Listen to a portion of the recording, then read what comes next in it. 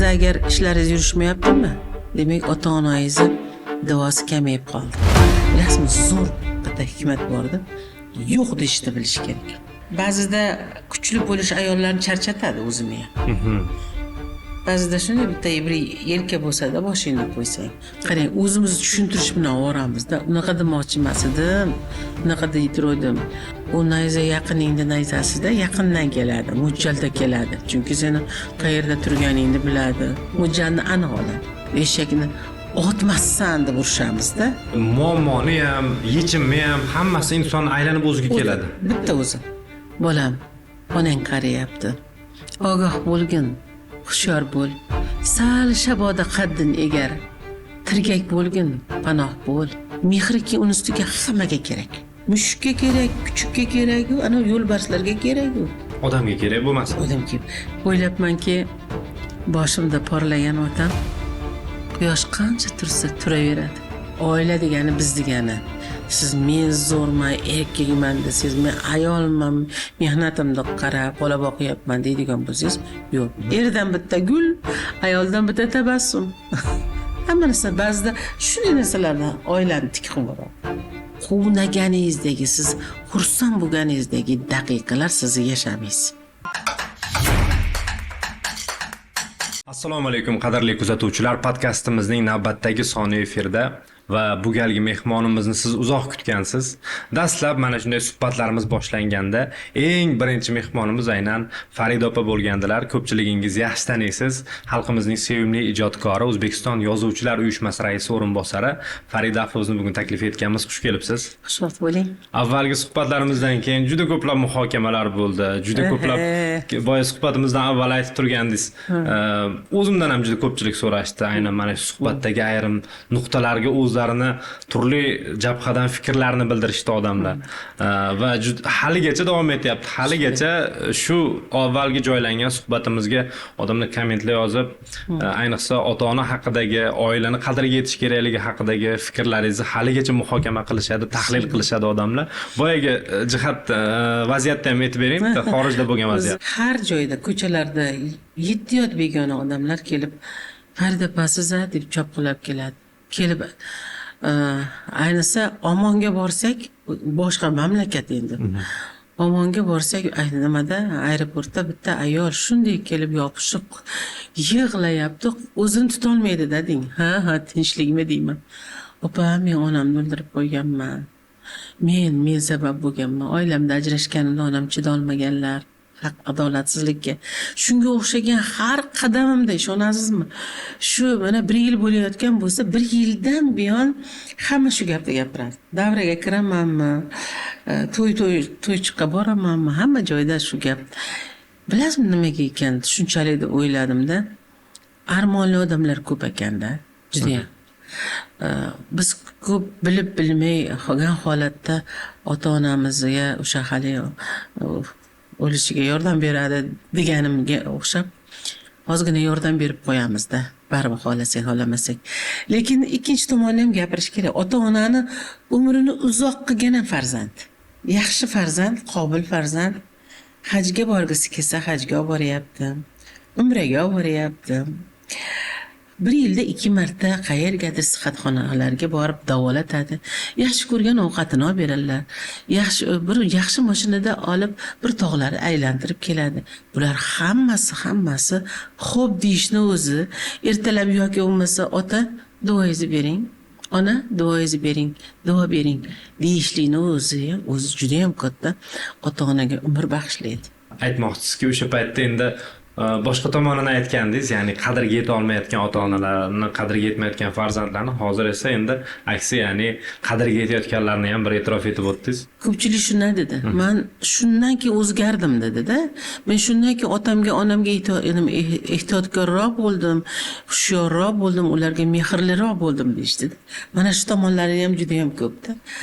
Men aytamanki, shuncha odamda shu gaplarimizda rizqi bor ekan. Qandaydir odamlarda fikri o'zgaryapti ekan. Bu bizni siz bilan ikkalamizni vaqtimizda bu. Va qaysidir tanbehni yoki qaysidir tavsiyani, qaysidir fikrni eshitish ham bu rizq, to'g'rimi? Faqatgina rizq, faqatgina tomog'dan o'tadigan yeb ichish emas. Yo'q, siz bilan diydor ham rizq. Bir odam bilan suhbat ham rizq. Bir kiyim kechak ham rizq, bir joyga borish kelishingiz ham rizq, borolmay qolishingiz ham hammasi o'shanda nasiba.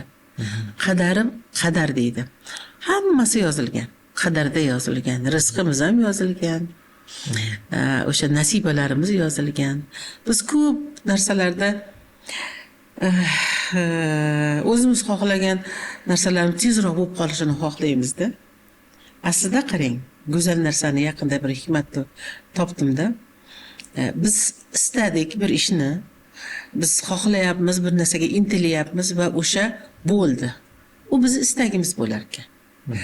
Biz yana shu bir narsani istayapmiz, kecha kunduz xohlayapmiz, u harakatda, bu harakatda uni o'rtaga solyapmiz, buni harakat qilyapmiz, nimadir qilyapmiz, lekin u bo'lmayapti. U bo'lmagani Allohning xohishi ekan. U ham rizq. O'shada qarang, biz intildigu ijobat bo'lgani bu bizning xohishimiz ekan. Intildigu bo'lmagani bu Allohning xohishi ekan. Demak, nimadandir sizni yo meni nimadandir aslab qoladi. Asraydi, yomon narsadan asraydi. Va bu hayotda mana shunaqa paytlarda, ya'ni yo'qotishlarga uchragan paytimizda yoki o'sha Xudo biz nimadandir asragan paytida, uni doim vaqtida bilmaymiz-ku biz asraganini. Va og'riq his qilamiz. Ba'zi yo'qotishlardan, ba'zi yeta olmagan narsalarimizdan. Mana shunaqa og'riqlarning ichida sizni eng esda qolgani qaysi bo'lgan va eng foydalisi deb hisoblaganingiz? Og'riqlar ko'p bo'lgan. Juda ham unda yoshlik, ko'p narsani anglamaysan, ko'p o'qimagan bir paytlar alamlaring ko'p bo'ladi-da odamda.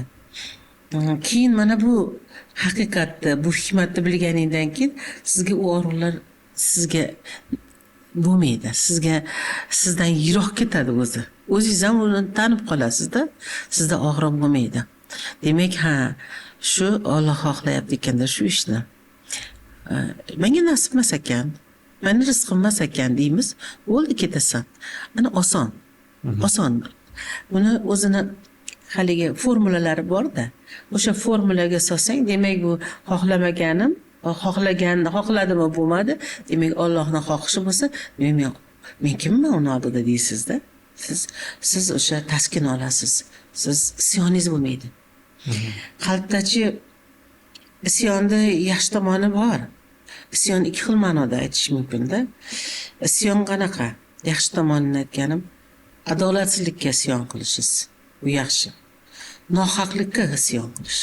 Mana bitta bolani nohaqdan bitta odam kelib uryaptimi yoki yosh bolani, siz uni qo'lidan mana ushlashga isyoningiz bu, sizning vijdoningiz, imoningiz bu. Lekin isyon ikkinchi yomon tomonini aytsak, isyonni boriga shukur qilmaydigan isyon.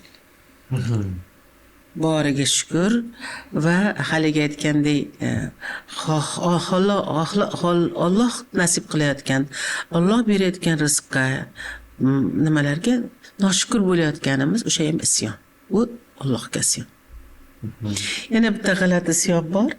Biz doim aytamizda mana qiziq, bir odamga nimaga unaqa bo'lding, nimaga unaqasan, nimaga odam bo'lmaysan deyveramiz, bolalarga nasihat qilamiz yoki do'st yoronlarimizga nasihat qilaveramiz. Aytamizki, o'shani nimaga olmani sen nok bo'lmayapsan degandayda. Yoki bir qo'polroq bo'lsa ham nimaga eshakni otmassan deb urishamizda. Aslida u ham shunday tug'ilgan. U shunday yaralgan-ku. Otday bulbul bo'lib yaralgan. Olma nok bo'lib. Ular hammasini Alloh o'zi qo'li bilan chiroyli qilib yaratgan-ku uni. Demak, biz ularni qilmayapsan, unday emassan deyishlik isyon u ham. Unga isyon. Yaratganga isyon. Isyon. Biz uni muhokama qilish bizdan emas-da. Nega bulbul bo'lib sayramayapsan? Nega qarg'asan? Deyishlik. Qarg'ani o'zini umri va missiyasi bor. Bulbullikka o'zi. Ana o'shanda biz qiynalmaymiz. Va shu narsalarni oddiy qilib bolalarimizga bog'cha maktabdan, bog'cha mahallidan o'rgatsak edi, odob maktablarida e, sizga aytganmanmi bilmayman, esimda yo'q, lekin biz onamiz bir bor ekan, bir yo'q ekan, qadim zamonda odam degan odam bor ekan deb, odam ato qachon yaralgan, olam necha kunda yaralgan, qanday yaralgan, ular hammasini ertak qilib Qur'onni bir bor ekan, bir yo'q ekan deb tushuntirib bo'lgan ekanlar. Bizni yoshligimizda Qur'on taqiqlanardi. Bu haqda gapirish mumkin emas edi. Lekin onam bunaqa yo'l bilan qilgan ekanlar. Shunday istayman jasur, mana shu bolalarimizga, bog'cha bolalarimizga mana shu narsalarni, oddiy narsalarni o'rgatish, oddiy qilib, jon qilib. O'shanda bolalar ko'zi ochiladi, oq qorani tanigandan keyin xolasa mana isyon qilsin, xolasa shukr qilsin, xolasa mana sabr qilsin, qilmasa jazosini ko'rishini bilsin. Mana shu narsani yo'llarda ko'rsatib qo'yish kerakki, qaysi yo'lda yursang qanday bo'lasan. Bo'ldi. Boshqa narsani keragi yo'q. Manzilga boradigan yo'l qanaqaligini anglatib qo'yish kerak demoqchisiz. Shunday. Va har doim ham inson to'g'ri yo'ldan ketavermaydi. Balki o'zi uchun o'sha vaziyatda, qaysidir vaziyatda to'g'ri hisoblagan yo'l ham qaysidir manzilga yetganda aslida bu yo'ldan bekor yuribman, aslida bu yo'l to'g'ri yo'l emas ekan degan xayollar keladi. Va bu tabiiyki insonni bir ruhini qanaqadir qiynashi mumkin-da. Va mana shu yo'llar ham insonni toblaydi deb ayta olamizmi? Ya'ni qiyinchilik bilan o'tilgan bir to'g'ri yo'l qolib, bir o'nqir-cho'nqir yo'llardan yurilgan paytlar ham bo'ladi-yu. Albatta. Har bitta to'siq sizni ikkinchi pog'onaga olib chiqadi. Har qanday sizni ruhingizni to'sig'i, taningizga qilingan to'siqlar, bular hammasi sizni men borman deyishingiz uchun, ko'rsatish uchun xizmat qiladi. Hech qachon qiyinchilikdan, hech qachon to'siqlardan, hech qachon sizga ko'rsatilayotgan nimalardan qo'rqmaslik kerak. Haqiqat nohaqliklardan. O'sha nohaqlikmi? Yana bitta narsa borki, nimadan qo'rqsiz o'shanga albatta borasiz. Yaqinlashasiz. U sizga keladi. Chunki qo'rquv degan tuyg'uni taniysiz siz. Mana men sizni ko'chada ketayotsam, olomonning ichida siz ketyapsiz, jasur deyman-ku, yaxshimisiz deyman. Taniyman. Siz taniganim uchun qo'rquvni ham tanib olganingizdan keyin u sizga yana men tanishim deb keladi-da. Bilasizmi? Endi qo'rquvni yengishni bitta yo'li unga qarab borasiz. Burchak qorong'i ko'rinyaptimi? Borishga qo'rqyapsizmi? Chirog'ingizni olib shunday borasiz. Qarasangiz hech qanday qo'rqinchli narsa yo'q bo'ladi. Shuning uchun hamma vaqt azoblardan, kimdir sizni to'siqlaringizdan umuman qo'rqmaslik kerak. Bu meni pog'onam. Rahmat senga. Bitta do'stingiz xiyonat qildi sizni. Endi siz u xatoni qilmaysiz-da. Senga rahmat do'stim, shu xiyonating uchun. Sen menga bitta zina bo'lib berganing uchun rahmat senga deyish kerak. Boshqa pog'onaga chiqib ketish kerak. Yana bitta narsada jasur, mana ayollarning yosh juvonlarimiz ikkita farzandlik, juda O'zbekistonda ham ajrimlarimiz ko'payib ketyapti.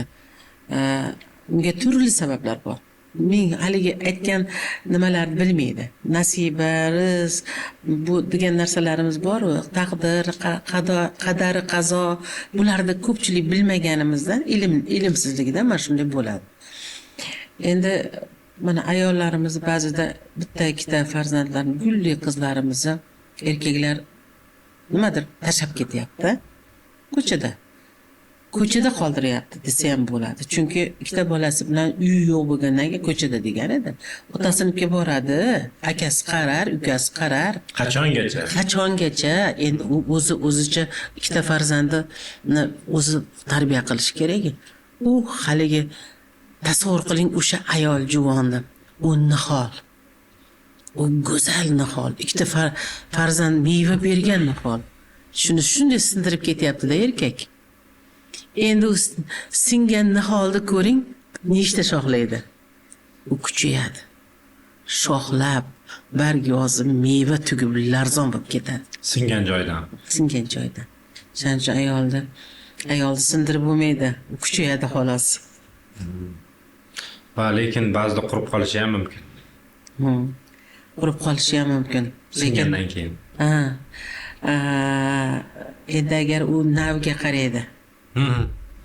Niholda naviga qaraydi, tuproqqa, qayerga ekilganiga qaraydi. Qanday parvarish qilinganiga, bog'bonga qaraydi. Qilingan bog'bon, ota-onaning tarbiyasi. O'sha bog'bon deganim va qayerga tushganligiga bog'liq. O'sha qadrsiz bo'ldimi? O'zi bilmadim bog'da yashayotganini, go'zal tuproqqa ekilganini bilmagandan keyin qolishi mumkin. Tushunarli. O'zi baribir muammoni ham, yechimni ham hammasi inson aylanib o'ziga keladi. Bitta o'zi. Faqat o'zi. Nima kelsa manda. Siz birovni muhokama qildingizmi? Siz hech qachon o'smaysiz. Mana qildi, mana meni bunaqa qilmagan deb bo'lardim yoki undan mashina bor menda-yu, ana uni uyi bor menda-yu dedingizmi, demak muhokama qildingizmi? Demak, siz o'smaysiz. Men nima qildim deyish kerak. Sizda agar ishlaringiz yurishmayaptimi? Demak, ota-onangizni duosi kamayib qoldi. Siz ularga e'tibori kamaydi-da, sizdan kamaygani uchun ular ham sizga e'tibor qilmay qo'ydi. Duoni ko'proq olsangiz, pilagini ko'tarish kerak duoni. Ana o'shanda ishingiz yurishadi. Hamma narsaga xohlagan narsangizni ayting, men siz o'zingizdan ekanligini isbot qilib bera olaman. Demak, shu qadimdan boshingga ne balo kelsa o'zgadan emas, o'zingdan ko'r deyishgani, unutilib borayotgan naqllardan odamlarning egosi kuchaygani sari bunaqa naqllar unutilib ketyapti. Lekin aylanib kelib baribir hamma narsa odamning o'ziga bog'liq bo'lib qolaveradi. Biz sharqda o'zbeklar biz bularsiz yasha olmaymiz baribir. Biz shohda barda yurganimiz bilan biz o'sha boshingga ne ish kulfat kelsa o'zingdan ko'r. O'sha o'zingdan ko'rish ekanligini, o'zlikka qaytish nimaligini, o'zligimiz kuchli-da bizda. O'shancha o'zlikka qaytaveramiz. Mana masalan kichkina magnet deylik, magnetga kichkina narsa borib yopishadi. Tasavvur qiling, bir uydagi magnet bo'lsa, unga nimalar yopishmaydi. Shunga o'xshab bizni fundamentimiz, bizni o'zagimiz, bizni poydevorimiz o'zbek millatining, sharqning, o'zbek millatining poydevori hikmatlarga, ilmga to'la. Biz o'sha magnet sifatida baribir qayerga borib uchib ketsa ham, baribir o'sha magnetga kelib yopishib qolamiz. Va ota-ona duosi haqida ham biroz to'xtaldingiz. Keling shu o'rtada ham ba'zida agar qarshi bo'lmasangiz, she'rlaringizdan biroz eshitsak, ya'ni shu hamma yaxshi ko'radigan qo'shiq bo'lib, she'r bo'lib, xirgoyi bo'lib hammani qalbiga kirgan bir ota-ona duosi haqidagi, o'sha onani qadriga yetish haqidagi bir she'ringiz bor. Unaqa she'rlaringiz ko'p, lekin eng mashhur bo'lgani bor. Shuni bitta o'qib bersangiz, keyin davom ettirsak. Bolam, onang qarayapti. Ogoh bo'lgin, hushyor bo'l. Sal shaboda qaddin egar, tirgak bo'lgin, panoh bo'l. O'ylamaki hayot mangu, onam 1000 yil yashaydi. Bu dunyoda har ne zotdan ota murdga o'xshaydi. Tomirlari bo'rtgan qo'llar, qo'sh uzuklar yarashmas. Ko'kdagi oy aslo endi chiroy talashmas. Bir mehringdan yashnab ketar, chaman bog'lar hech gapmas. Bir qahringdan qulab tushar, toshi tog'lar hech gapmas. Senga ertak ayta ertaklarga aylanar, bir kun u ham onasiday maysalarga boylanar. Unda sening alamlaring, yegan oshing noningdir. Onang, otang tirik yursa, sho'x-shafkat iymoningdir. O'g'lim, qizim, onang, otang qarayapti. Ogoh bo'lgin, hushyordir.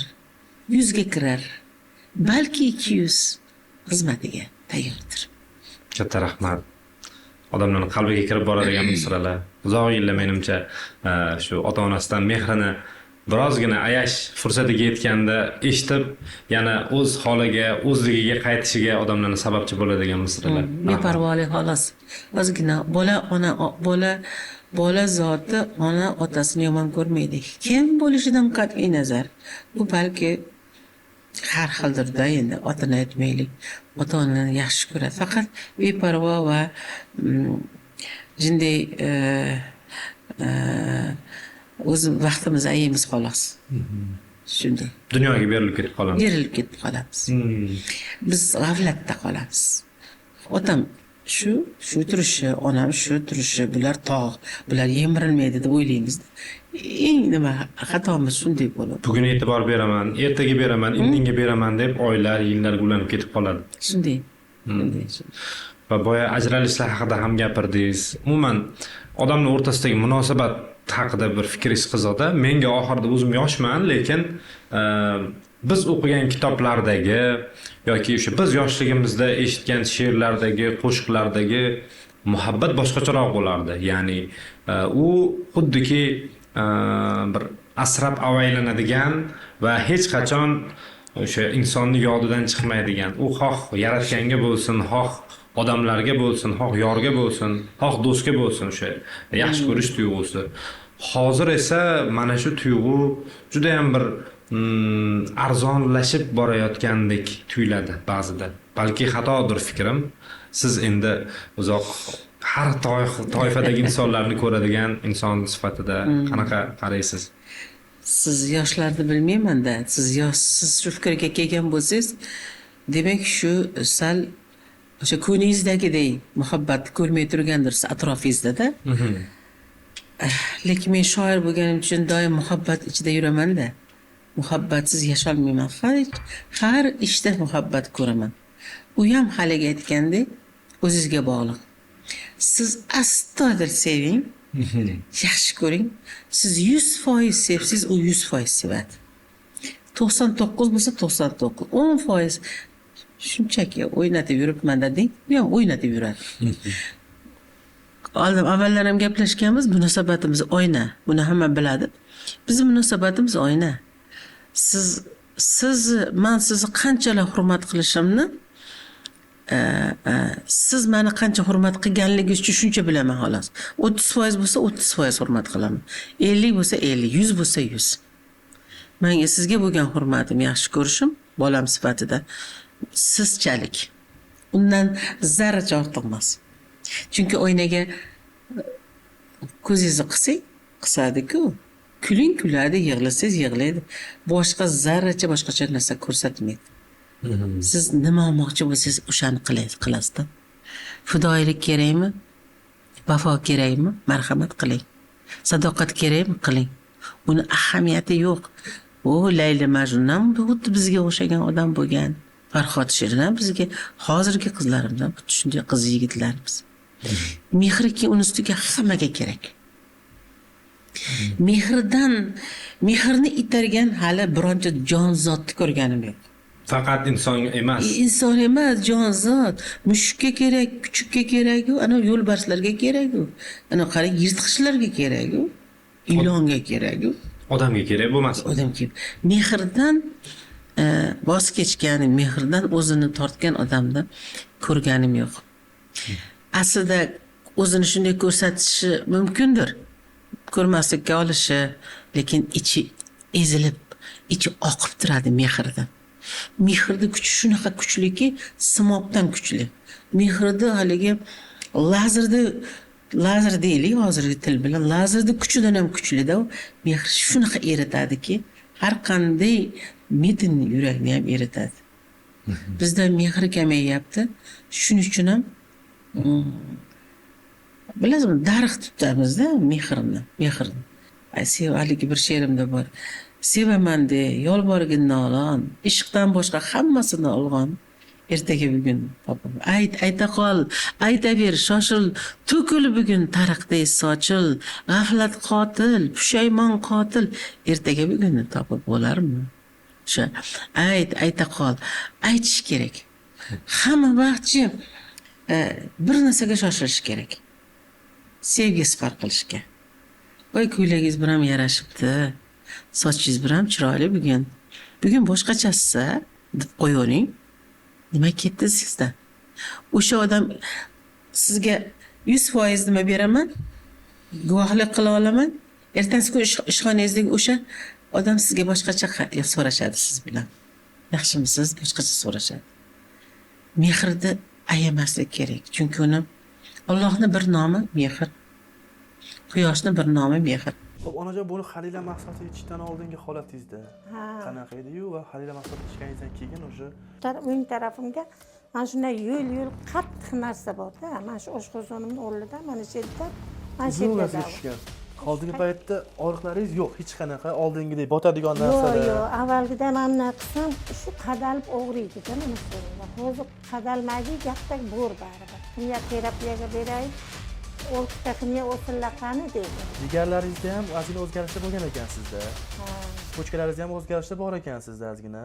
Lekin yaxshiman o'zim hozir. Hech men o'zimni kasal deb hisoblamayman hozir.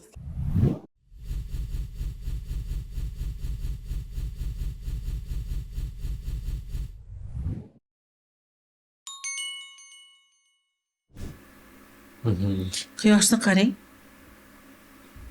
Hech kimni ayamay, hech kimga ayamay mehr sochadi. Allohni qarangki, hech kimni ayamay hammaga baravar mehr beradi. Biz ham Allohning bir bo'lagimiz, bandasimiz, bitta bo'lagimiz. Kichkinasimiz, zarrasimiz. Demak, bizga nima bo'lgan? Va shuni unutmasligimiz kerak. Unutmasligimiz kerak mana shuni. Biz hech kim emasligimizni unutmaslik kerak. Biz Allohning bo'lagimiz xolos, boshqa hech kim emasmiz biz. Biz odam emasmiz biz. Biz odam degani bilan biz bilguvchi deb odamni bilguvchi deb qo'ygan, otimizda odam degani bilguvchi degan. Biladi, lekin mana uni ham bilishimiz kerak-da. Mehr bersak kengayishimizni bilishimiz kerak. Mehr shunaqa narsaki tugamaydi-da. Uni o'rnini yangilaverasiz, u yangi kelaveradi, oqib kelaveradi. Siz uni qizg'andingizmi, to'xtab qoladi, toshga aylanib qoladi. Oshirib toshirib yuborilsa-chi? Oshiraverasiz, toshirasiz, qaytadi sizga. O'sha qaytadi. Masalan endi o'sha darajada ko'proq o'sha darajaga olib kelish kerak-da, endi. Oshirib toshirganida u sizga o'sha mehr emas, nafrat bo'lib qaytadi. Shuni aytmoqchiman. O'tasi, u gaplashganimizda bolalarga ham ko'p bermaslik kerak. Ishongan odamingga ham, do'stingga ham ko'p juda me'yor go'zalda, me'yor go'zal. Me'yordan ortig'i sizga qarangki, sizga undan mehrdan o'rniga nafrat kelyaptimi, jahl kelyaptimi yoki bo'lmasa siz inkor kelyaptimi? Bilingki, to'xtatasiz-da. Me'yordan o'tib ketib qoldingiz. Me'yordan o'tdingiz, to'xtatasiz. O'sha darajasida qilaverasiz. Va o'lchovlarda ham gap katta ekan. Albatta. Shu o'lchovlarni to'g'ri qo'yib olish haqida ko'pchilikdan fikrlar so'rayman-da. Ya'ni o'lchovlar misol uchun yaxshilikka o'lchovi, mehrni o'lchovi, ilm olish o'lchovi, umuman munosabatlardagi o'lchovlar hammani menimcha o'sha tizginini, me'yorini to'g'rilab turadigan narsalar deb o'ylayman-da. Lekin shu o'lchovi hamma o'zini aqlidan, dunyoqarashidan, ruhidan, qalbidan kelib chiqib qo'yadi. Mana shuni darajasini ko'tarish uchun nimalar qilish kerak? Mana hozir ikkalamiz hozir topdik-da, shu o'lchovni chegarasini topib qo'ydik. Siz yaxshi ko'rgan odamdan yaxshi ko'rish kelmayaptimi, nafrat kelmayaptimi? Demak, chegarangiz bo'ldi. O'lchovni Shu yerda topdingiz. Topdingiz. Yoki bir ko'proq xarajat qilib yubordingiz, sizniki ko'payib ketdimi? U demak, u tekinxo'rlikka o'tib oldimi? Sizga tamagirlikka o'tib oldimi? Demak, o'shada chegara. Oson uni ham juda ilmiy katta laboratoriyalar kerak emas. Sizga qaytayotgan narsadan bilib olasiz. Birinchi qaytishda o'zi tushunmoqchi bo'ladi. Darrov qaytasiz. Mehrga mehr, e'tiborga e'tibor, muhabbatga muhabbat, pulga pul kelyapti-ku, qarang. Me'yoringizda sizni qoniqtirib, uni ham xursand qilyapti, sizni ham xursand qilyapti. Sizni xursand qilyapti, uni ijirg'anib berib turgan narsasi, u ham chegara mana. Darrov bilib olasiz. Bizni ko'rib turganlar ham menimcha endi chegarani bilib olishdi. Tushunarli. Va Farida opa, sizni doim suhbatda bo'lsam, siz bilan shaxsan yaqindan tanigan inson sifatida menga hech qachon sezilmagan, lekin ijodingiz haqida gapirasiz doim, misol xalq haqida, odamlar haqida gapirasiz. Bu haqda juda ham ko'p to'xtalolmaysiz, lekin shaxsan o'zim bilaman, nima deydi? Ochiq qilib aytganda, badavlat ayollardansiz, ya'ni o'ziz farzandlaringiz hammasi juda ham joyida, me'yorida. Va shu tomondan so'ramoqchiman. Biz ayollar ham juda baribir ko'pchilik ko'radi. O'zi ayol kishi badavlat bo'lishi yoki o'zi o'sha orzu qilgan davlatga, mol dunyoga erishishi uni baxtini kafolatlaydi deb ayta olamizmi? Har qanday imkoniyat baxtni kafolatlaydi. U ayolmi, erkakmi, hammasi. Bilasizmi? Xorlik juda ham xo'rlik bu. Xor bo'lish, nimagadir yetinmay, kimnidir qo'liga qarab, kimnidir ko'ziga qarab yashash ayol. Ayniqsa u ona, bolalari uchun qiladi, o'zi uchun qiladi. O'sha badavlatlik shunday narsaki, pulni yaxshilikka sarf qilsangiz, keyin haligi mehrga o'xshab kela boshlaydi. Yaxshilikka sarf qilsangiz, bitta o'zbek xalqining maqoli bor. To'y va uyga Allohning va'dasi bor deydi. Qo'rqmasdan uyni boshlar deyishadi biz kattalar. Qo'rqmasdan to'yni boshla deydi. Haqiqatan shunday bo'ladi. Endi e'tibor qilib ko'ring, o'zingizga analiz qilib ko'rsangiz bilasizki, to'y boshlaganingizda necha pul yoningizda bor edi-yu, siz to'y tugatdingiz, yana qancha nimangiz qoldi. Xuddi shunday to'y va deganga o'xshab yaxshi niyatga qilsangiz u kelaveradi. Yana bitta narsa, pulni o'zini qonuni bor. Pul xursandchilikni yaxshi ko'radi. Kayfiyatni yaxshi ko'radi. Chunki kim olsa uni xursand bo'ladi-ku. Va shuncha pul keldi. Voy shuncha oilaga oldim. Bu mana menga shuncha suyunchi berdi. Deysiz, uni vazifasi, missiyasi odamlarni xursand qilish. Shuning uchun uni olib borib qorong'i burchakka, yana temir o'tmaydigan haligi temirni ichiga, sefga ichiga solib qo'ysa, u xafa bo'ladi. Uni vazifasi odamlarni xursand qilib, qo'lma-qo'l o'tkazish, sayohat. Ana shu pulni tanib olgan odam boy bo'ladi. Pul bilan yaxshilab gaplashishni biladigan, pulni xursand qiladigan. Bu yoqdan bu yoqqa o'tib turish kerak, aylanib turish kerak. O'shanda sizga yana qaytib kelaveradi-da. Endi yana ham ozgina qo'shimcha qilib keting, ya'ni hozir to'g'ridan-to'g'ri tushungan odam pul kelsa sotishim kerak ekan, hammani qo'lma-qo'l bo'lishi uchun berib turishim kerak ekan hammaga deganni qo'pollar tushunishi mumkin-da. Hammaga emas. O'zingning quvonching uchun. Eng birinchi navbatda. Bitta boshqa bitta formula bor. Uni birovga berding, o'zing xursand bo'lasang, nima qilsangiz ham u pul sizni quvontirsa, berdingizmi, kiyim oldingizmi, bir narsa oldingizmi, ichyapsizmi, restoranga bordingizmi, sizni quvnatsa, keyin o'sha sizniki pul. Pul o'sha pul sizni yayratgan pul sizniki.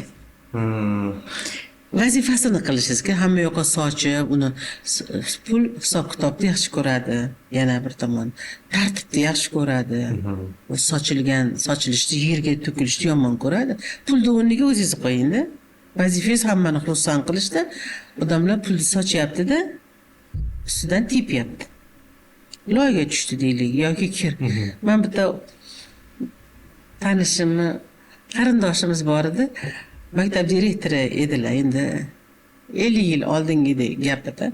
Maktab direktori ekanlarda odamlarga oylik berganda olib kelib, har oylikda uyga olib kelib hammasini yuvar ekanlar pulni.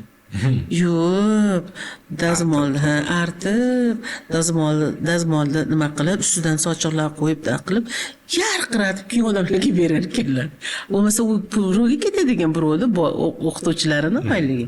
Lekin pulga shunaqangi munosabatda bo'lgan. Ana shunday yaxshi ko'rib, sevish kerak pulni. Yaxshi ko'rib. Rahmat senga, sen tufayli men quvonch. Sen tufayli murodimga yetaman. Sen tufayli odamlarga yaxshilik qila olaman. Qo'lim uzun, yuzim yoriq, ko'zim chaqnoq. Ana ko'ryapsizmi pulda qanchalik? Endi buni tomoshabinlar bir o'zicha noto'g'ri o'ylamasin. Hamma narsa rizq nasiba, lekin o'sha turli bir quvonchimizga sababchi bo'ladigan pulga ham munosabatimiz yaxshi bo'lishi kerak. Yaxshi ma'noda yaxshi ko'rish kerak demoqchisizda. Endi qancha bo'lishidan qat'iy nazar. Mayli 100 mingdir. Mayli 1 milliarddir. Mayli. Aha, tushunarli. Va men umuman boshqa mazmunda savol bergandim, lekin juda ham bir boshqa mazmundagi qiziq javobni oldim. Lekin o'sha boyagi yuqoridagi joyga yana biroz qaytmoqchiman, qarshi bo'lmasangiz. Ya'ni men bu mavzuga kirishimning sababi katta mablag'i yo'q, o'sha orzulardagi hayotda yashamayotgan ayollar ijtimoiy tarmoqda ham ko'p ko'ramiz. O'sha katta bir mablag'ga erishsam, katta bir o'zim orzu qilgan o'sha narsalarga erishsam, moddiy boyliklarga erishsam, men baxtli yashayman, hayotim faqat go'zal bo'ladi degan xayolda bo'lishadi. Shu mazmunda so'radim, ya'ni o'zi orzu qilayotgan, o'zi orzu qilgan hayotda yashaydigan ayol sifatida ularga ayta olasizmi? Ya'ni moddiyat doim ham insonni o'sha butun qalbini halovatga to'ldirishi, butun umrini baxtga to'ldiradi degani emas-ku ba'zida. Ha, endi hali aytdim-ku, moddiyat to'g'ri. Senga keragi keladi. Shuni tushunmaymiz. Seni orzu qilasizmi, boshqa qilasizmi, nimalardir qilasizda, bir ulug' kitoblarda bu narsa yozilgan. Orzungizni baland qilmang, uni quli bo'lib qolasiz dedi. Juda uzun qilmang dedi. Uni quli bo'lib qolasiz dedi. Orzularni ham sen ehtiyojing yarasha, seni baxtli qila oladigan darajada ko'p narsa xohlamaslik kerak. Demak, senga kelgani, sen hozir yoningda bitta mashinang bor. To'rxonali uying bor. O'g'ling o'qishda, qizing o'qishda, chiroyli turmush. Mana shu senga keragi. Mana shundan ortig'i kelmayaptimi? Hali yana Allohning xohlagani bo'ladi. Bu sizga atalgani rizq.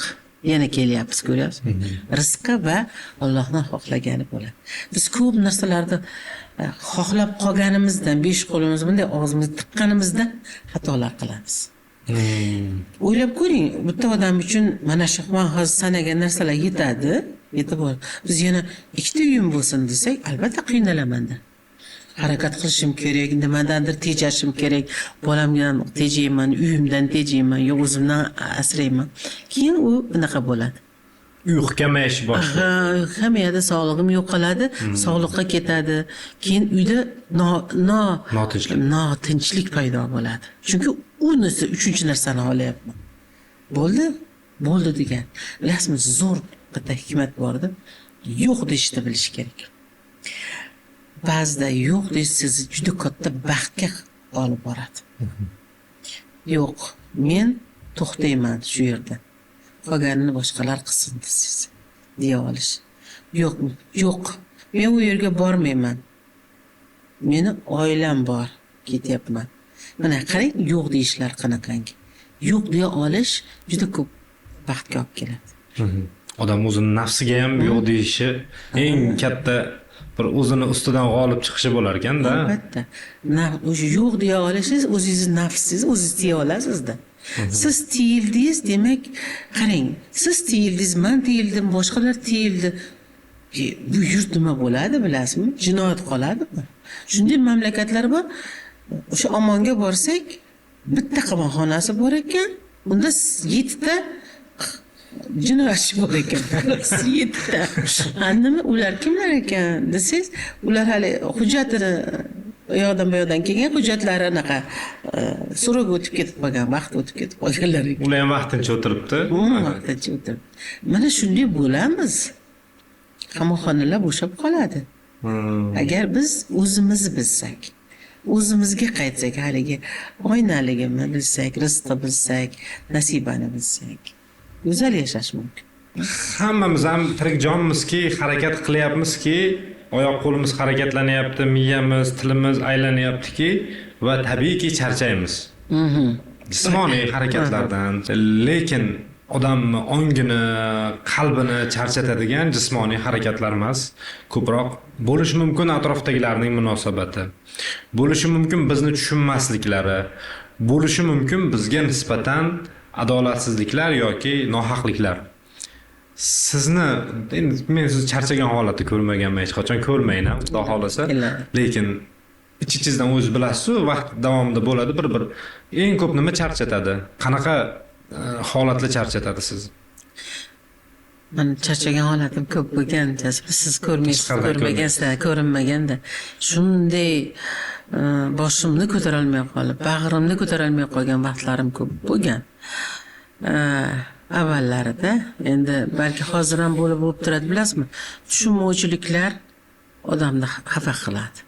Xiyonatlar, tushunmovchilik bo'ladi. Buni odamzod yaralibdiki, qarang, o'zimizni tushuntirish bilan ovoramizda. Unaqa demoqchi emas edim, unaqa deytirdim. Yoki yo'q, men bunday emas, bunday demoqchi edim. Yo'q, men uni xohlamadim, sen bunaqa deding. Qarang, munosabatlarda faqat bir-birimizni tushuntirish, bir-birimizga o'zimizni tushuntirish bilan ovoramiz. Dunyo shunaqa. Ana shu dilingni og'ritadigan odamlaring eng yaqin hali aytganingdek mehrni ko'proq berib yorib, undan qaytayotgan nayzalarda odam ancha nima qiladi, o'ziga kelguncha. U nayza yaqiningni nayzasida yaqindan keladi, mo'ljalda keladi. Chunki seni qayerda turganingni biladi, mo'ljalni aniq oladi. O'shancha u nayzani yarasi bitguncha ancha vaqt ketadi, baribir odammiz biz. Baribir. Lekin o'sha narsani o'sha yerda yechib ketish eng yaxshi yo'l ekan. Men shuni topdim-da, o'sha bitta odam menga bir narsa deyaptimi? Bilyapmanki, dilim og'rishni boshlaydi. Sinishni boshlayapman. To'xtang, keling bunday gaplashaylik. Mana bunday. Faloncha, keling o'shani chaqiramiz. Darrov telefon olaman yo bir nima qilaman. O'sha yerda hal qiladigan bo'lyapman. Chunki uzoq 3 kunga, 5 kun, 6 kunga og'riqlarga kuchim yetmaydi. Odamzodda ruhiyati baribir ham tana kuchga o'xshab turgani bilan ruhing sinsa, taning yiqiladi. Tanang yiqilganda ruhing ham sinadi. Bu ikkovi bir-biriga bog'liq narsada. Vaqtida munosabatlarda vaqtida aniqlashtirish. Chorasi shu ekan. Muammoli holatga kelganda joyida yechish kerak. Shunday. Muammo yechilmaydigan masalami? Demak, undan ketish kerak. Ikkinchi tomoni ham bor. Ketish kerak. Yo yechish kerak, yo ketish kerak. Ketish kerak. Yo yo bo'lmaydiganmi? Demak, bo'ldi. Ketish kerak. Ketish orqali boya siz aytganingizdek, uni unutish bilan ketishni bitta sinonim deb tushunsak bo'ladimi yoki bir-biridan uzoq narsami? Ketgan bilan unutish o'sha vaziyatni, o'sha holatni demoqchiman. Ikkovini barobar qila olsangiz-ku zo'r bo'ladi. Qani edi? Ketdingizda unutdingiz. Har holda ketish uni oldida sizni o'sha iztiroblaringizni davom ettirmaysiz. Sizga ketish, kechirishga bu shohadaga vaqt beradi. Ki albatta kechirasiz. Tushunarli. Chunki keta oldingizda siz hali yo'q dedingiz. Yo'q. Biz so'zlarimizga qaytib qaytyapmiz. Yo'q deya olish, yo bo'ldi, ketdim deyish zo'rda. Yaqinda Turkiyani bitta shahrida bo'ldim. Menimcha o'sha Turkiyani markazlarida yashaydigan aholini aksariyati o'zi bormagan bo'lsa ham kerak, bir Mush degan shahrda bo'ldim. Juda ham bir chekka joyi, juda ham bir oddiy odamlar yashaydigan ajoyib joylar. Shu yerda bitta tog'larning orasida o'sha bitta yashagan, o'sha paytda o'sha yerda Saljuqiylar davrida o'sha yer bir ulug'lardan bo'lgan bitta zot bo'lgan ekan, ya'ni bir inson bo'lgan ekan. Hozir ismlarini aniq ismi kelmayapti. Bir kitoblarni bizga sovg'a qilish, o'sha kitoblarni ham olib keldim. O'sha kitobni sizga ham sovg'a qilaman, turkchani yaxshi bilasiz.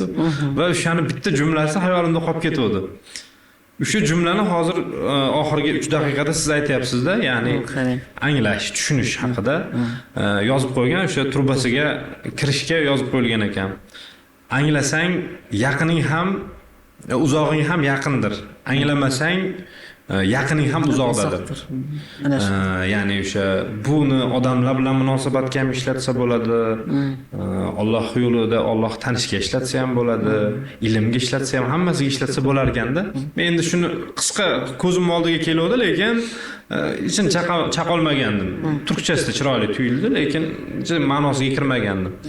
Demak, qaysidir inson, qaysidir odamlar yoki qaysidir toifadagilar bizni anglasa, bizni keyin tushunishni boshlaydi boya aytganingizdek. To'g'ri. Anglagan odam sizni qadringizga yetadi. Qadrsizlik nimadan? Anglamaslikdan. Sizni husningizni, sizni malohatingizni, sizni tashqi ko'rinishingizni ko'pincha biz tashqi ko'rinish bilan baholab qo'yamizda.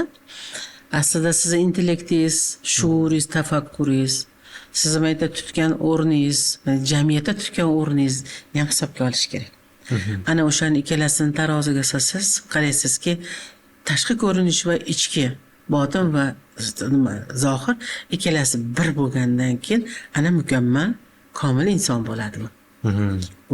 Ana siz shuni anglagan odamlaringiz sizni qadringizga yetadi. Agar o'shalar qadringizga yetmasa, demak u anglanmagan bo'lasiz hali ham. Ayb unda emas.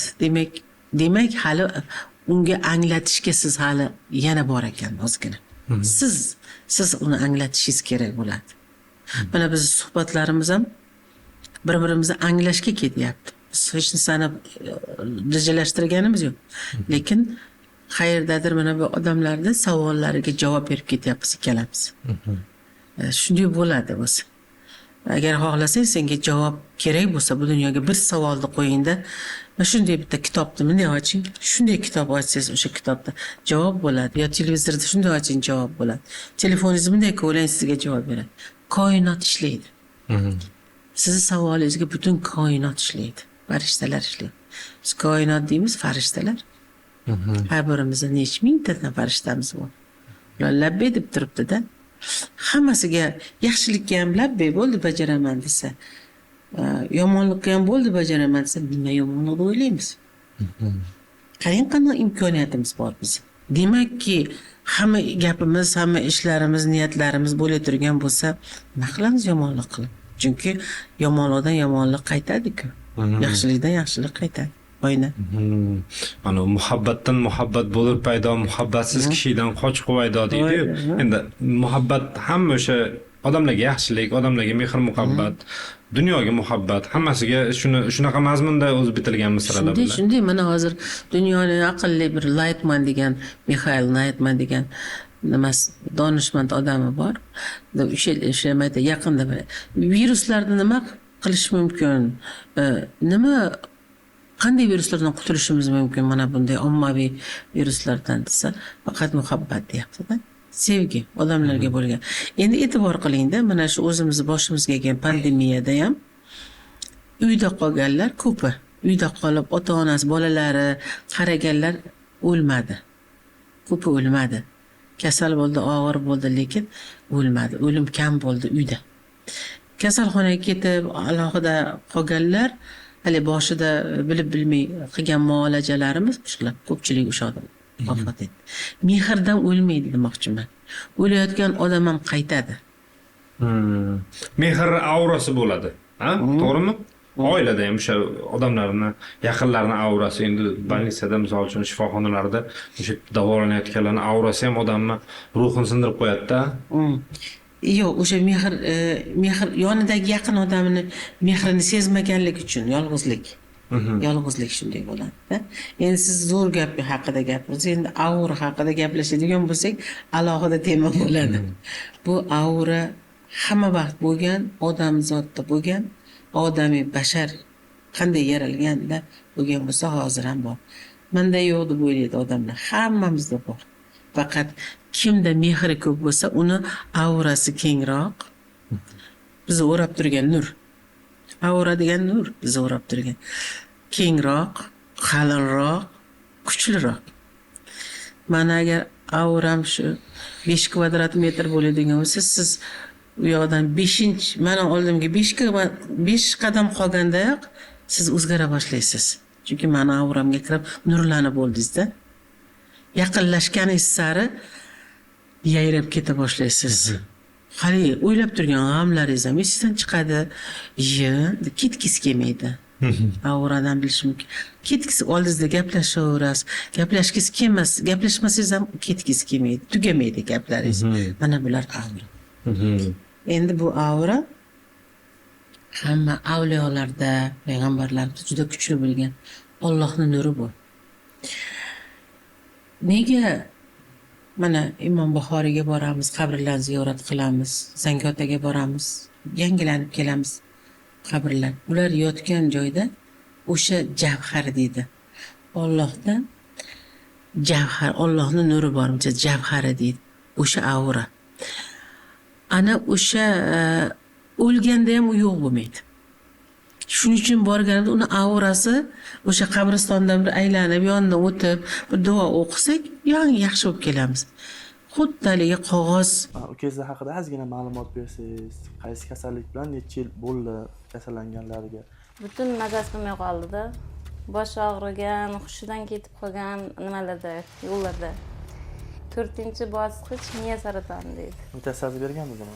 Hamma joyiga metastaza bergan. Badanlarigacha, polni suyaklarigacha berganda. Endi chiqib ukamga aytishim kerak, aytolmayman-da. Rosa O'sha vaziyatga endi eshitganingizda dushmanimga ham ravo ko'rmayman-da bunaqa vaziyatni. Kimyo olib keldi.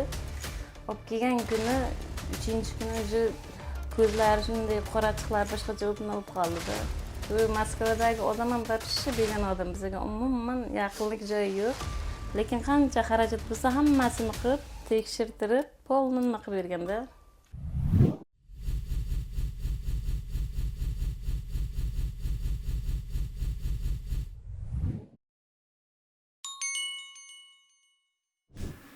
Qog'oz qanday kuygani kabi bizni yomon hislatlarimiz, yomon narsalarimiz o'sha auraga kirganda hali nurda kuyib ketadi. Ana o'shancha tozalanib kelamiz. Yengil bo'lib kelamiz. Odam shu aurasi o'sha yaxshi bo'lishi uchun, ya'ni shu atrofingda odamlar yaqinlashgani sari sendan bir ruhi yengillaydigan bo'lishi uchun nimalar qilish kerak? Siz toza, o'zingiz toza bo'lishingiz kerak-da. Siz odamlarni behisob yaxshi ko'raverish kerak. Yaxshi ko'ring, yaxshilik qilavering. Fikringizda yomon bo'lsa, fikringizga ham kelmasin-da. Hali aytadi-ku, o'ylashdan avval o'yla deydi. O'ylashingizdan avval o'ylash kerakki, yomon fikr bo'lmasa, siz tozalanib boraverasiz. Odamlar haqida faqat yaxshi fikrda bo'ling, qo'lingizdan kelgancha yaxshilik qiling. Bo'ldi. Demak, buni aksi esa odam shu aurasini yomonlashiga olib keladi. Yomon qiladi. Bir xil odam oldiga borsangiz, bir narsa bo'g'ingiz bo'g'adi. Yurishib turgan ishingiz ham yurishmaydi. Qo'lingizdagi narsangiz ham tushib ketadi. U 3 kun, 4 kun o'zingizga kela olmay yurasiz. O'sha aurasidan chiqib ketganingizda ham. Bunaqa odamlar ham bor. Ular sizdan kuchingizni sug'urib oladi. Demak, o'shanga oilaviy munosabatlarda, misol, oilada boshda janjallar ahyon-ahyonda bir bo'lib tursa, janjallar shu boshlanish seriyasi boshlansa, keyin ular keyinchalik ko'payib ketar ekanda, ya'ni bir marta o'sha notinchlik bo'lgan, bir marta o'sha auraga zarar yetganda, ruhiga zarar yetgandan keyin urush janjallar ko'payib boraverar ekanda. Boraveradi. Bu ham zaharlanadi-da. Siz tozasiz, u qora. Lekin siz oq, u nur, u nima? Tumanlik, qorong'ulik, rutubat. U baribir yo'qadi. Qaysinisi kuchli bo'lsa shu. Endi agar siz kuchliroq bo'lsangiz, uni olib chiqasiz nimadan. Agar u kuchli bo'lsa, siz olib kirib ketadi. Nomiga. Keyin uni yo'q qilish, uning uchun unaqa oilada yashash keragi yo'q. Bo'lmadimi, bo'lmasligi kerak. Men shuni tarafdoriman. Aqlingiz yetyapti. Siz umuman hech qanday aurangiz ham, fikringiz ham, tafakkuringiz ham hech narsangiz to'g'ri kelmayaptimi? Siz u yerdan qochish kerak. Ketish kerak u auradan. U mana shu aurani to'g'rilashi imkoni bor insonlargacha ona sifatida, qaynona sifatida, ya'ni ham kelinlar bor, nevaralari bor va ham farzandlari bor, qizlari ham bor demoqchiman. Shunday bir ona sifatida qanday tavsiya bergan bo'lardingiz? Ya'ni mana shu aura shikastlanib, zararlanib, oilalar shunaqa ketmasa bo'lmaydigan holatga kelib qolishni oldini olishi mumkin bo'lgan yoshlarga yoki singillaringizga bo'lishi mumkin. Mana shu ilmsizlik deyapmiz, baribir kitob o'qimay, kitobsizlik mana shunaqa narsalarga olib keladi-da. Baribir bitta, 2 marta, 3 marta, 10 marta o'sha keliningizni yo'lga solish kerak. Qizim, men buni sizdan qilsangiz bunday bo'ladi, buni qilsangiz bunday bo'ladi. Qaysi yaxshi? O'ziga tashlaysizda. o'sha baribir o'sha atrofingdagi odamlarda siz yaxshi ko'raversangizchi u yo'qolib ketadi bu narsalar. Siz yengasiz. Sevgi aytdim hali. Mehrni kuchi lazer kuchidan kuchli. Atom bombasidan kuchli. Har qandayni yakson qiladi. Sizga bog'liq. Xohlasangiz ekan. Istasangiz. Istak borda. Ha, demak, misol uchun oilada deylik, boya shu ajralishlar haqida gapirganingizni nimasida shu savollaringiz keyingi savollar keltirib chiqaryapti-da. Aytmoqchi bo'lganim, yoshlar ajrashish arafasida turganlar misol uchun yoki shu aytganingizdek shu yig'ishtirib ketsammikin deb turgan holatdagilar. Misol uchun shunday erkaklar bor, to'g'ri, dunyoga berilib, ko'chaga berilib, ba'zida o'sha siz aytgandek hammaga berish kerak bo'lgan mehrni o'z umr yo'ldoshiga yoki farzandlariga kamroq beradigan bo'lib qoladi. Endi hozir men bu davrda bu narsani tabiiy qabul qilyapman, chunki hamma nima deydi, o'zini ustida ishlashga, yana ham moliyaviy barqaror bo'lishga harakat qilyapti va buning natijasida shu oilaga e'tibor kamroq bo'lib qolyapti ko'pchilikda menimcha. Va bu holatda qanaqa yo'l tutish kerak? Uyda o'tirgan o'sha siz aytgandek mehr kutayotgan insonlar. Mehr kutayotganlar o'sha taroziga solish kerak-da. Aytyapman, munosabatimiz oyna. Taroziga solish kerak. Xo'p, ketdim nima yutaman? Qoldim nima yutaman? Ketdim nima yutqizaman? Qoldim nima yutqizaman? Ana shuni taroziga solsa, qiynalmaydi. O'zidan ozgina haligi men degan bir nimani yetish kerak. Oiladachi, oilada men degan narsa yo'q, biz degan narsa bor xolos. Bo'lish kerak. Oila degani biz degani. Siz men zo'rman, erkakman desangiz, men ayolman, mehnatimni qarab, bola boqyapman deydigan bo'lsangiz, yo'q, biz degan narsa bor. Ana shu bizni mahkam ushlagan odam ajrashmaydi. Aniq. Biz deydi. Biz nima qilyapmiz desa, oila butun bo'ladi. Men sen degandayoq dars ketishni boshlaydi. Bo'ldi, ketdi. Qo'lingdan kelsa biz bo'l. Sen men, qo'lingdan kelsa biz bo'l. Qana. Bolalar hammasi oila, uyim hamma yo'q bo'lib biz bo'lib qolamiz-da. Butun bo'lamiz. Bizniki. Bizniki, bu bizniki. Bizning uyimiz, bizning oilam. Biz ana shunday zo'r bo'ladi. Ozgina mana shu ozgina mammalikdan ketsa bo'ldi. Bitta gap, bitta munosabat, bitta gul, bitta tabassum, erdan bitta gul, ayoldan bitta tabassum. Hamma narsa ba'zida shunday narsalardan oilani tik qilib yuboradi. Kichik elementlar. Kichik narsa. Mehrda kichik yo'q-da, kattasi ham yo'q, kichigi ham. O'lchovi yo'q. O'lchovi yo'q uni. Tushunarli. Rahmat, juda ham qiziq, ajoyib fikrlar bo'lyapti. Ssenariyga uncha qaramayapman, lekin bir orada qaraganimda bu savollarga o'zi parallel ravishda javob olib ketayotgan bo'lyapmiz.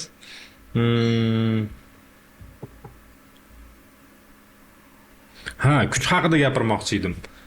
Falonchi kuchli ayol deyshadi. Endi ayol bo'lganingiz uchun so'rayapman.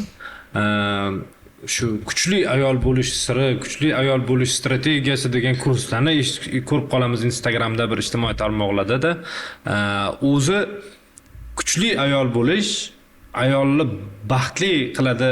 Ya'ni kuchli ayol baxtli ayol deya olamizmi? Bu ikkalasi bir xil narsa deya olamizmi? Ayolga kuchli bo'lish kerakmi? O'zida shundaymi? Kerakmi? Nima beradi bu narsa ayolga? Ayolni kuchli qilgan erkakda hali aytdim-ku, u ko'p yiqilishlar, ko'p azoblar, ko'p istiroblar, har bir tug'ishlar ayolni kuchli qiladi. Chunki o'limni oldiga borib kelinadi-da. Bir marta o'lim bilan yuzlashib kelgandan keyin ayol kuchli bo'lib qoladi, o'z-o'zidan kuchli. O'shaning uchun bola tuqqandan keyin ayol boshqacharoq bo'ladi, kuch kiradi. Yoniga bolalari kiradi-da, kuchayadi. Kuchli deb mana shunday deb aytish kerak, bolalari bilan, mehr bilan kuchli deb aytish kerak. Endi kuchli ayollar iqtisodiy tomondan demoqchi bo'lsa agar, endi har tomonlama. Har tomonlama kuchli bo'lish, ba'zida kuchli bo'lish ayollarni charchatadi o'zini ham. Ba'zida shunday bitta bir yelka bo'lsa-da boshingni qo'ysang, Keyin hech narsani o'ylamasang, ro'zg'orim ertaga bolamga nima kiydiraman yoki telefon anasiga nima to'layman hushiga degan. Mana shu zaifa degani kuchsiz degani emas, nafis degani u. Nafis bo'lishni juda ham xohlaydi ayollar. Kuchli ayollarda ham ko'raman, ko'ngli nafis turadi, baribir zaif bo'ladi. Ko'rinishi kuchli. Mana oldimga juda ko'p ular kelishadi. Lekin bitta she'rimda shunday yig'laydi, bitta misramda eshitib shilqillab yig'lab asliyatiga yetib kelib turadi-da. Ayolga kuchli bo'lish hamma vaqt ham kuch bermaydi. Baxt bermaydi. Baxt endi g'alati narsa-da, u ma'lum narsalar. Men unga erishdim, baxtliman. G'alatida baxt o'zi juda ham mayda narsalar. Kichkina narsalardan to'planadi. U butun narsa emas, u salobatli bir katta narsa emas-da. Siz bitta odam yaxshi ko'rgan odamni ko'rishdim, baxtliman. Yaxshi ko'rgan kofem ichdim, baxtliman. Mana shunaqada baxchalar, yulduzchalar to'planib bo'ladi. Shuning uchun ma'lum o'sha kuchli bo'ldim deb bitta katta korxonaga direktor ham bo'lishi mumkindir. Maqsadlarini ham qo'lib bo'lgan bo'lishi mumkin. Kimgadir ko'rsatib qo'ygan ham, kimgadir boplab qo'ygan ham bo'lishi mumkin. Keyinchi. Xo'sh, keyinchi. Qani yelkaga bosh? Qani yelka? Uni boshini qo'yadigan, sochini siladigan. Ayolni qanotini, erkakni kaftlari, erkasini silaydi, keyin kuragini silaydi, keyin ayolga qanot bog'lanadi. Faqat erkakni qo'ligina bu qanoti chiqaradi xolos. Menimcha juda ham boshqalar uchun ham tushunarli javob bo'ldi. Juda ham yetib boradigan javob bo'ldi. Xudoga shukr bo'lsin. Katta rahmat. Yilning tugashi, yana bir yilni boshlanish arafasidami? Shu suhbatimizdan avval ham aytgandim, aynan mana shunaqa odam o'zini anglashlari kerak edi, ko'pchilikka foydali bo'lardi deb. Ya'ni yil tugayapti va yangi yilga o'tish bir qanaqadir diniy tarafdan aytmayapman. Oddiy bir kalendar, bir umrimizni bir yili tugayotgani sifatida va yangi yil boshlanyapti. Mana shunaqa paytda yangidan bir yilni boshlayotganda bir yana ham kattaroq bir iroda bilan, yana ham bir katta maqsadlar bilan kirib borish uchun maydonga qanaqa bir strategiyalarni qo'llagansiz hayotingiz davomida? Shunaqa paytlar bo'lganmi? Ya'ni dekabr qanaqadir barib ong ostiga shu bitta yil tugadi-yu, endi yangi yildan bir odamni o'ziga reja qo'yadi hamma. Sizda ham bo'ladimi shunaqa holat? Bo'ladi, tabiiy. Mana fasllarning kuzida, yilning oxiri, kunning tuni, hammasi hisobot, sizdan hisobot talab qiladigan. Bugun qanday yashadim? Bugun nima qildim deydigan savolni qo'yadi kundan har qanday shu narsalar. Menda har doim bo'ladiki, dekabr oxirida yangi yilda rejalarini qilaman. Daftarga yozaman. Qarangki, ajoyibda, juda ajoyib. O'ylamagan narsalaring bo'lib ketadi ichida yana. Keyin o'tgan yilga yozganni olib o'qiyman. Oldin rejamni qilib, bunday qarasam, ba'zida 90%, ba'zida 99% bajarilgan bo'ladi-da. Unga to'siqlik bajarilishini yo'lini ham o'sha bo'ladigan hali mo'ljalingda, seni kuchingga yarasha, o'zing xohlagan, o'ta xohlaganlarini birinchi yozasan. O'ta xohlaysiz. Shu bu yil nevaramni uylayman deb niyat qilganman. Mana oxirgi kunlardan umid qilib turibman. Haligacha. Oy tugayapti. Lekin shunday bo'ladi.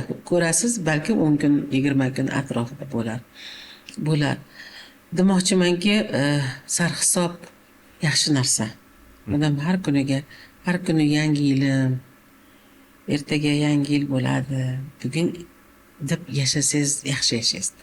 Demak, har kunini sarhisob qilsa ham bo'ladi. Har kunim tun sarhisob qilaman. Bugun nima qildim? Bunday yaxshi ishlar bo'ldi. Ana uni borolmay, ulgurolmay qoldimda, ertaga albatta boraman. Hozir qo'ng'iroq qilib qo'yaman deymanda, mana shu odamni yaxshi yashashga, sifatli yashashga undaydi. Shunchaki ha umr ekanda o'tyapti emasda. Shunchaki emas. Umr 70 yil yashading umr. Hayot erta turding, kechqurun yotding hayot. Lekin nima? Yashash siz quvnaganingizdagi, siz xursand bo'lganingizdagi daqiqalar sizni yashamaysiz. Ana o'shandagina yayragan vaqtingiz bor, 3 minutdir, 2 minutdir. Vah, deb telefonda bir narsa keldi sizga. Sizni bitta kimdir, "Voy, sog'indim sizni" dedi. Ana shu vaqtlaringiz sizni yashamlaringiz. Yashash shu. Hayot, umrda yashash shu. Yaxshi ko'rgan narsangiz qilish. Yayrashingiz. Boshqa hech narsa yo'q bizga. Alloh bizni bitga yayragani yuborgan. O'ynab kulib yayrab ket dedi. Qarang, 18 ming olam ichra yana 18 ming olam mo'jizalar. Bizga yaratgan go'zalliklarimni ko'r, tomosha qil, sev, yaxshi ko'r. Mana yana nima kerak deydi. Shuni qilish uchun kelganmiz. Yashashimiz ko'p bo'lsin deyman-da. Faqat nafas olish va yeyish ichishning o'zigina yashash emas. Emasda, yayragan va o'zingizni anglagan payt, bitta narsa o'qidingizmi, hali bitta narsa aytyapsiz. Bitta kitobda bitta narsa olyapsiz. Bo'ldi, kitobning vazifasi shu. Butun shahardan olgan narsam bitta Butun bo'lib shahar, qolyapti. butun mamlakatdan olgan narsangiz shu bo'lyapti.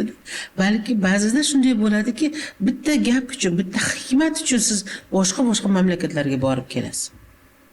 Men Shveysariyaga borganimda u aytdiki, tillolar o'rtog'im oltin olmoslarini ko'rsatdi maqtandida, ochiq qoldirib biz ketaverdik. Aytib, narsalar ham qolib ketdi-ku, juda ham ko'p. Seyfingga solmading desam, ana seyf dedi. Men Yevropani mana shu xotin orqali, dugonam orqali tanidim. Ana seyf deydi. Xudo seyf-ku dedim. Nima qilaman? Men nimaga qaytgadir qulflashim kerak deydi. Mana Yevropani tanish uchun ishga borib keldim. Shunday bo'ladi. Shu yuqorida turibdi degan gap uchun. Men shuning uchun-da, qarang, mana seyf. Biz qancha qulflaymiz uni? Uyga qolmaymiz, yana panjara qilib falan. Yana odam qo'yib qaror qilamiz. Ko'ryapsizmi? Ular tushunchasi o'shaning uchun gullab yashar ekan dedim-da. O'shaning uchun hammasi boy ekan. Tashab qo'ygan. Brilliantlarni ko'rsangiz, u juda katta brilliantlar. Milliardlar. Bobolarimdan qolgan deydi. Tashab chiqib ketdi. Tushunarli. Va hozir bu fikrlarni eshitib turgan yoshlar, masalan, meni tengdoshlarim bo'lishi mumkin. Endi biz yoshimizda hozir shunaqa narsalarni anglashimiz yoki to'g'ri, sifatli yashashimiz, endi aytmoqchiman, biz ham endi ulg'ayganimizdan keyin yana ham shu narsalarni tushunib borsak kerak-da degan fikrlar ham bo'lishi mumkin. Lekin sifatli yashash, to'g'ri yashash va hozir suhbatimiz davomida aytilayotgandek, endi siz menga tushuntirib beryapsiz, lekin boshqalar uchun bu tavsiyada, o'zim uchun ham, boshqalar uchun ham va bu tavsiyalarga amal qilish uchun aynan qaysidir yoshga yetish, bir o'sha past balandliklarda yiqilib, qoqilib kelish shart emas-ku, to'g'rimi? Yo'q. Mana dunyoda 8 milliard odam yashayotgan bo'lsa, 93% odam, aholi 63 yoshga kira olmay o'tib ketar ekan. 7% gina 60 dan oshyapti ekan. Bu statistika, Jasurbek. 7% odamgina 65 dan oshar ekan. Bu degani hozir nafasing bilan yasha degani. Hozir yasha, bugun yasha degani. Umr asli bir kundir, o'sha kun bugundir. Bugun yasha. Sen ertaga kim bo'lasan, qachon ulgurasan, nima qilasan, bugunni yashash kerak. 7% ichida ekanmizmi?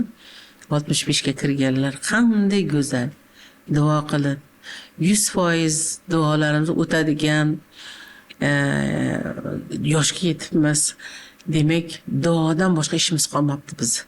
Duo qilaylik, yurtni duo qilaylik, millat duo qilaylik, odamlar duo qilaylik, bolalarimizdan tashqari qo'ni-qo'shnilarimiz, yaqinlarimiz, dushmanlarimizni duo qilaylik. Insof bersin, to'g'ri yo'lda yashasin. Ular ham biz ko'rgan go'zal kunlarda, biz ko'rgan yaxshilik bo'lgan nurlarni ko'rsin. Qarang, ularga ham ilinaman-da, juda ilinaman. Dushmanlarga ham. Dushmanlarga ildaman. Albatta ildaman. Bir kun ochilsa qanday ochiladi bilasizmi? Go'zal ochiladi-da. O'sha she'r bor lekin agar xohlasangiz o'shani o'qib beraman. Xo'p, bo'ladi. O'ylabmanki, boshimda porlagan otam quyosh qancha tursa turaveradi. O'ylabman, onamning joni 40 tadir, bittasi yonimda yuraveradi. O'ylabmanki, bolalik kunlar tugamas, mangu dalalarda chopameraman. O'ylabman, go'shangam osmoni falak, bulutlarni to'shab yotaveraman. O'ylabmanki, yorginam yorlik qiladi, tashlab ketolmaydi o'lmasdan avval. O'ylabman, jigarlar ozor bermaydi, bolalarim baxti to'kisi tugal. O'ylabmanki, fursatim ixtiyorimda, vaqtni quvsam albat yetib olaman. O'ylabman, taqdirni o'zgartib bo'lar, g'amdan kechamanu ishqla qolaman. O'ylabmanki, hayotning tutgani sharbat, zaharlar ichmayman do'stim qo'lidan. O'ylabman, orzular uchqur chavandoz, hasadning itlari chiqmas yo'limdan. O'ylabmanki, armonning manzili boshqa, men bilan tutashmas yo'llari aslo. O'ylabman, ayriliq bizga xos emas, yaqinlarim o'lmas, bo'lmasman judo. O'ylabmanki, tashvishlar tugar bir kuni, ko'nglimla ketaman ko'ngilzorlarga. O'ylabman, daryoda yuragim bilan hayqirib kiraman ko'ksi bog'larga. O'ylabmanki, egnimda shoirlik to'ni, avliyo yopingan xirqapo'sh misol. O'ylabman, so'zlarim eshitar dunyo, tinglangani kabi Hazrati Bilol. O'ylabman, yo'q, o'yimga yetmadim bugun, ki titrab tursa ham kaftimda olam. Angladim, tushundim, yo Tangrim kechir, odamlik qilibman, men nodon odam.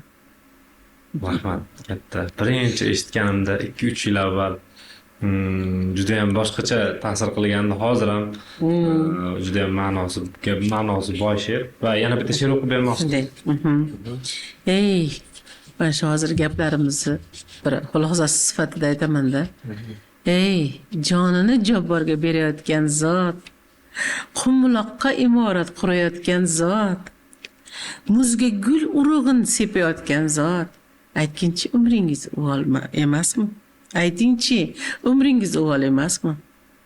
Hey, shamolga sirini aytganlar ayting, yomg'irga hovuchun tutganlar ayting, qimorga dunyoni yutganlar ayting. Aytingchi, umringiz uvol emasmi? Hey, quyosh nurlarini chiroq deganlar, oyning hilolini o'roq deganlar, qosh bilan qaboqni yiroq deganlar, aytingchi, umringiz uvol emasmi? Hey, mehrni o'zidan qizg'angan kimsa, yo'q joydan g'avg'olar qo'zg'atgan kimsa, tinchlikni to'fonday to'zg'atgan kimsa, aytingchi, umringiz uvol emasmi? Hey, qahqaha bilmagan soxta tabassum, gullarga termilib gullamagan zum, 4 fasl barobar qahraton mavsum, aytingchi, umringiz uvol emasmi? Hey, 300 yil qarg'adek yashamoqmi ahd? Toshbaqa qasrida orzungizmi taxt? Biz axir insonmiz, shuning o'zi baxt. Aytingchi, umrimiz uvol emasmi? Katta rahmat. Rostdan ham hozirgi hamma aytilgan fikrlarga bir xulosa beradigan fikr bo'ldi. Ya'ni bugun yashayotgan umrimizni, o'sha olayotgan har bir nafasimizni, shu yuqorida aytganingizdek har bir lahzamizni g'animat bilib, har bir lahzamizni go'zal yashashimiz kerak, sifatli yashashimiz kerak va tomoshabinlarni, bizni tomosha qilganlarni ham qalbiga mana shunaqa yaxshi yashash, go'zal yashash va bu hayotga kelgandan keyin uni mazmunli o'tkazish kabi xulosalarni menimcha bugun bera olgan bo'lsangiz va bundan men ham juda ham xursand bo'lardim. Katta rahmat, xush kelibsiz. O'ylaymiz. Va yana bir kitob turibdi. Xayrlashishdan oldin so'ramoqchi edim. Bu yangi kitob. Bu dizayniga alohida bitta oldin so'ramoqchi edim. Atay shunaqa kichik ko'rinishda qilingan. Atay qildik, telefon odamlarda telefonini, iPhone'ini kitob iPhone'ga almashtirmoqchi bo'ldik. QR kodlari ham bor ekan. QR kodi bor. Bunda biografiya chiqadi. Bu o'zi ijod nashri tomonidan chiroyli dizayn qilindi va Turkiyada 10,000 nusxada bosildi. Bu siz haqingizda so'zlovchi kitob. Ichidan bir olib bitta o'zingiz haqingizda bir narsani o'qishingiz mumkin.